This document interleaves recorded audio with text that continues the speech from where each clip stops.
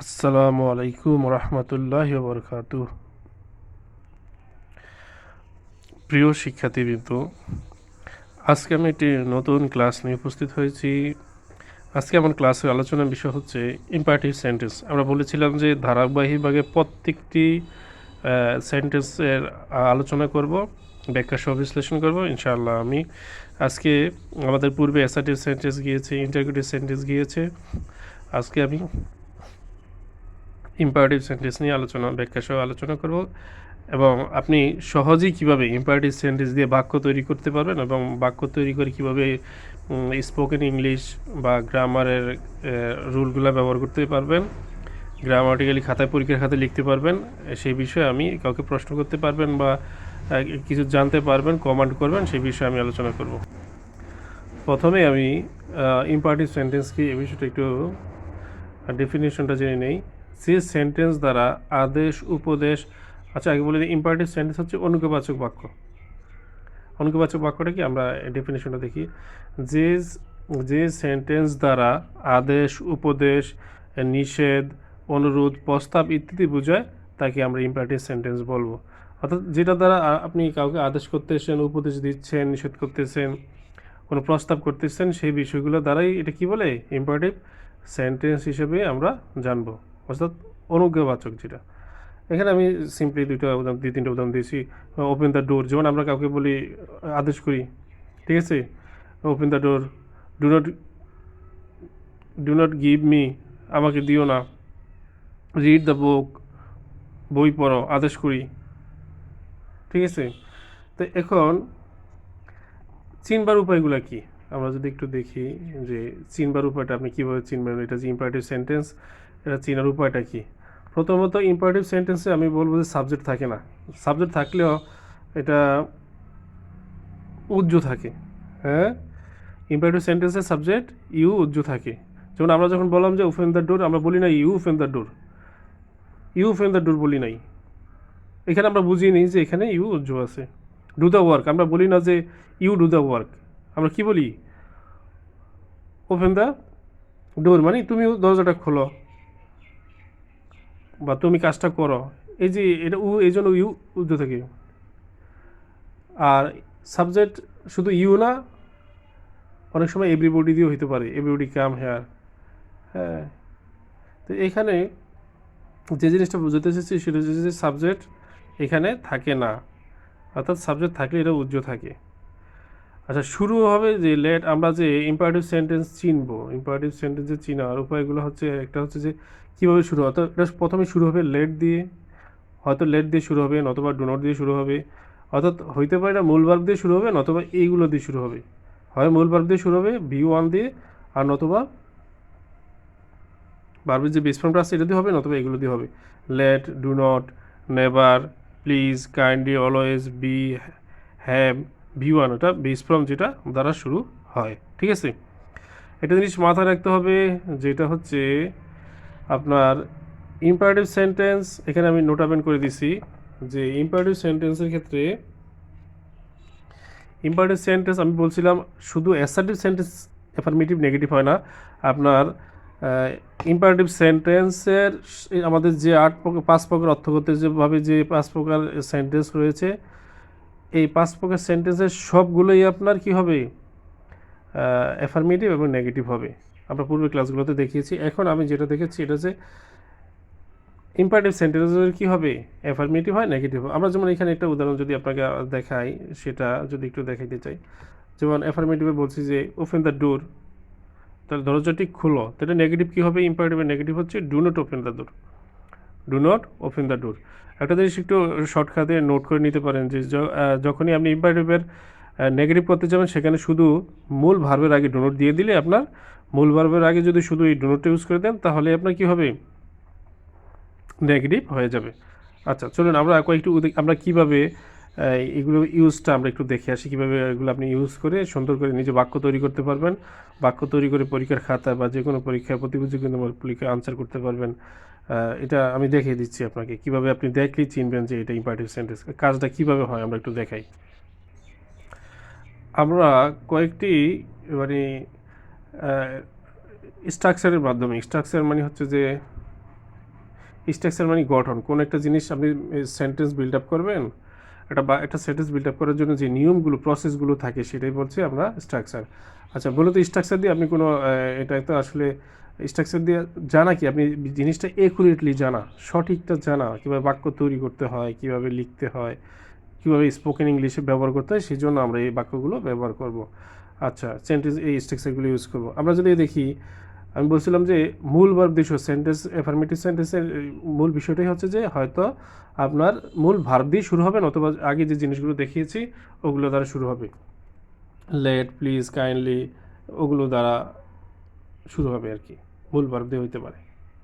আচ্ছা, মূল ভার্ব বলতে আমি বেস ওয়ান বোঝাচ্ছি, V1 যেটা, হ্যাঁ, মূল ভার্ব মানে V1 প্রেজেন্ট ফর্ম যেটা, প্লাস এক্সটেনশন, ঠিক আছে, অতিরিক্ত। মূল ভার্বের পরে যেটা থাকবে এটা হচ্ছে অতিরিক্ত, কিন্তু শুরু হবে কি দিয়ে? মূল ভার্ব দিয়ে। আমরা দেখি কয়েকটা উদাহরণ দেখার একটু চেষ্টা করি।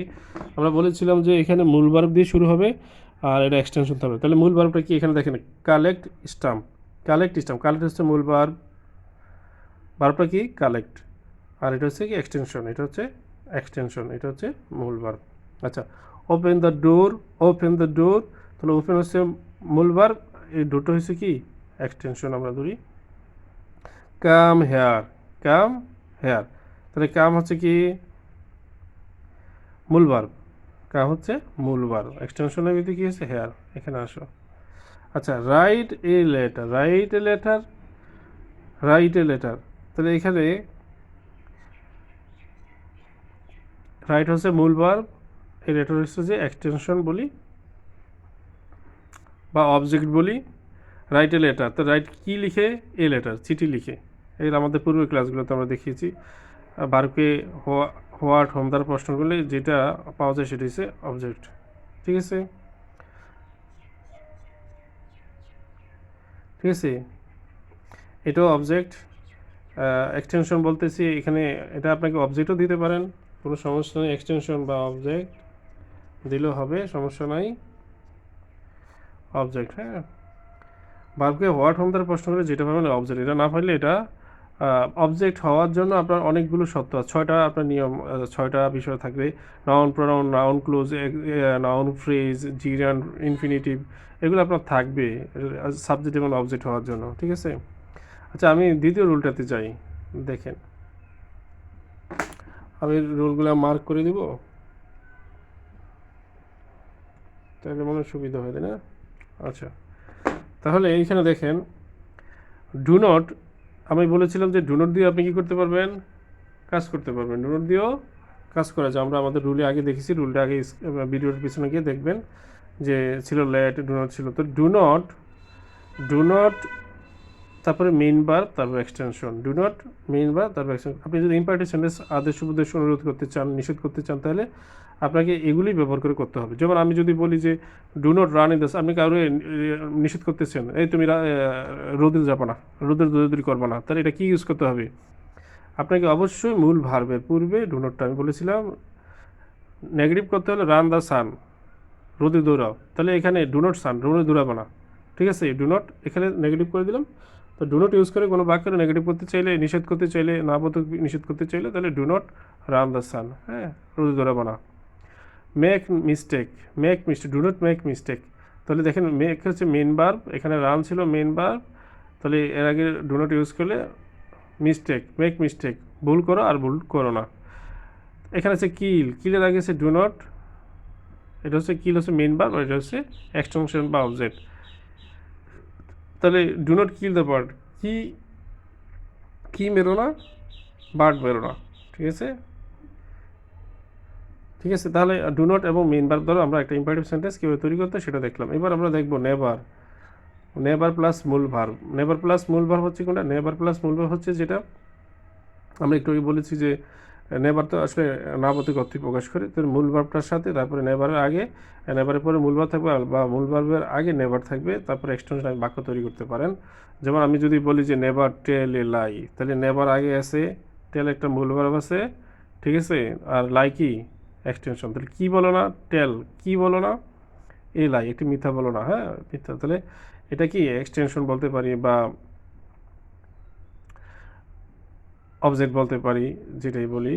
নেভার গিভ আপ, তাহলে নেভার আছে, তারপরে নেভার দ্বারা শুরু হয়েছে সেন্টেন্সটা, আপনি অর্থাৎ নেভার দ্বারা শুরু করে আপনি বাক্য করতে হবে। Never give up, never give up your hope, তুমি তোমার হতাশ হবা না, আশা ছেড়ে দেবা না, ঠিক আছে। নেভার দিও, তাহলে আমরা কাকে উপদেশ দিচ্ছি, নেভার গিভ আপ, হতাশ হয় না, হতাশ হওয়ার দরকার নেই, এভাবে আমরা উপদেশ দিই না, নেভার টেল এ লাই, কাউকে উপদেশ দিচ্ছি কখনো যে মিথ্যা বলবো না, ঠিক আছে।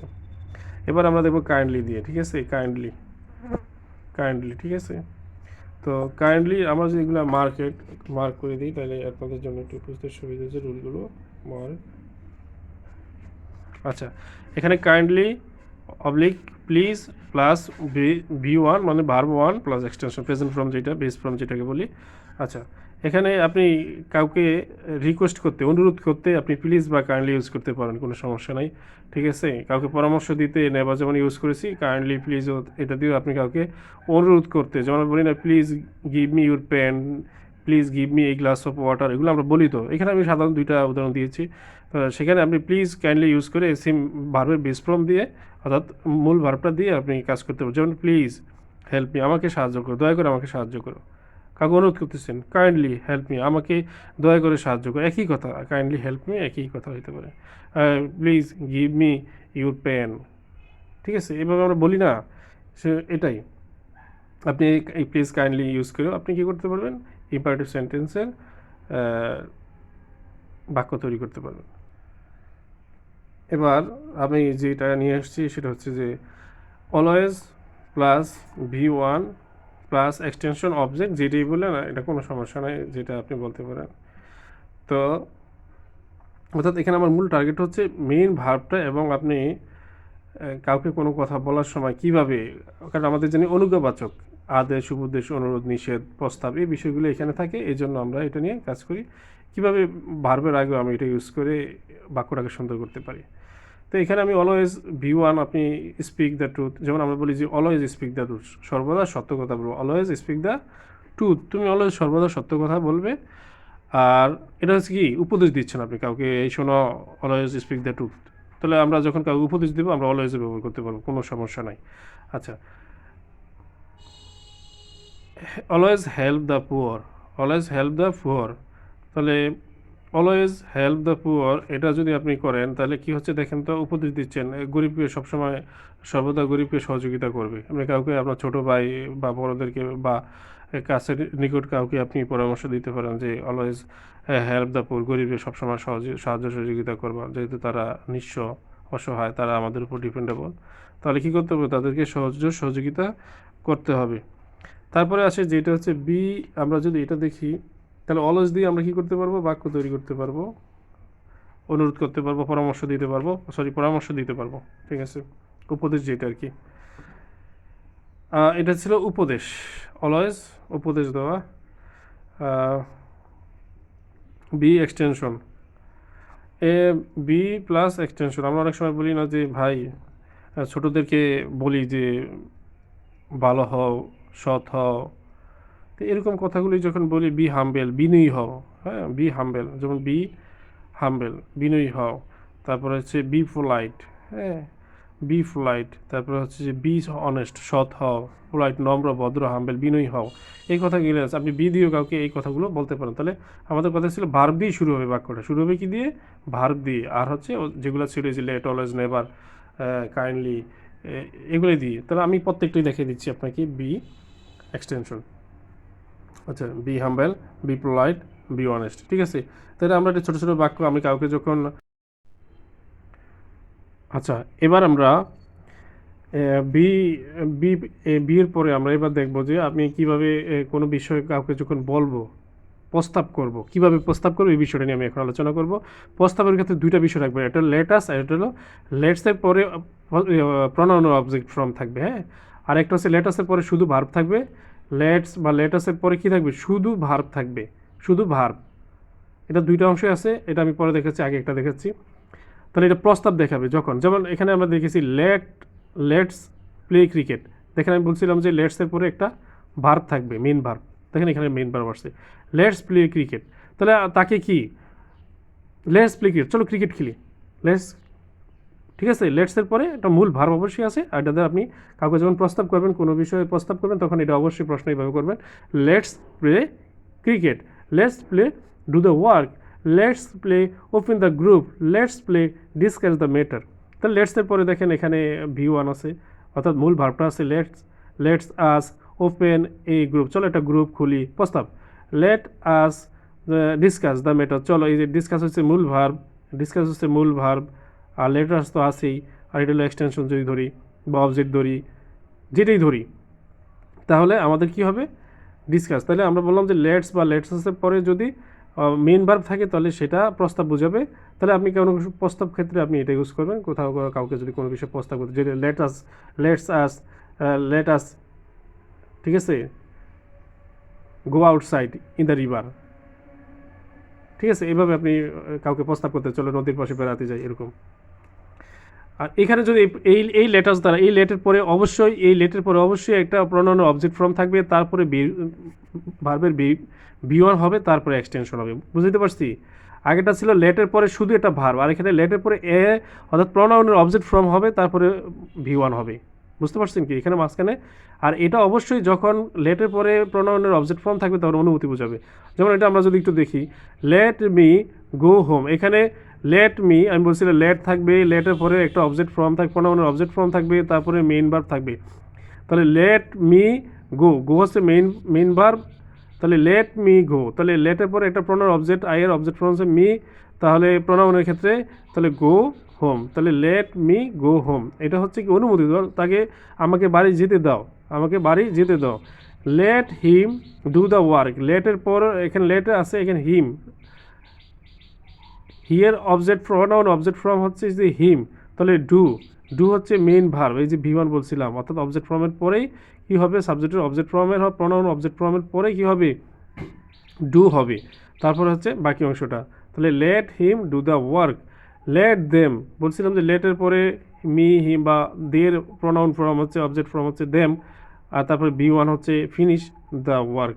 তাহলে আমরা দেখলাম যে যখন লেটের পরে শুধু ভার্ব হয় তাহলে সেটা হবে প্রস্তাব, let play cricket, let us cricket, তাহলে এটা হবে এটা। আর হচ্ছে যদি কখনো লেটের পরে একটা সাবজেক্ট অবজেক্ট ফর্ম থাকে, প্রোনাউন ফর্ম থাকে, তাহলে আমরা সেটা কি করব, তাহলে ওইখানে আমরা এটার পরে একটা ভার্ব থাকবে, মেইন ভার্ব থাকবে, তারপর হচ্ছে এক্সটেনশন থাকে, যে লেট মি গো, যেমন লেটের পরে মি আছে, গো, এগুলো হচ্ছে আপনি যখন মাথায় রাখবেন।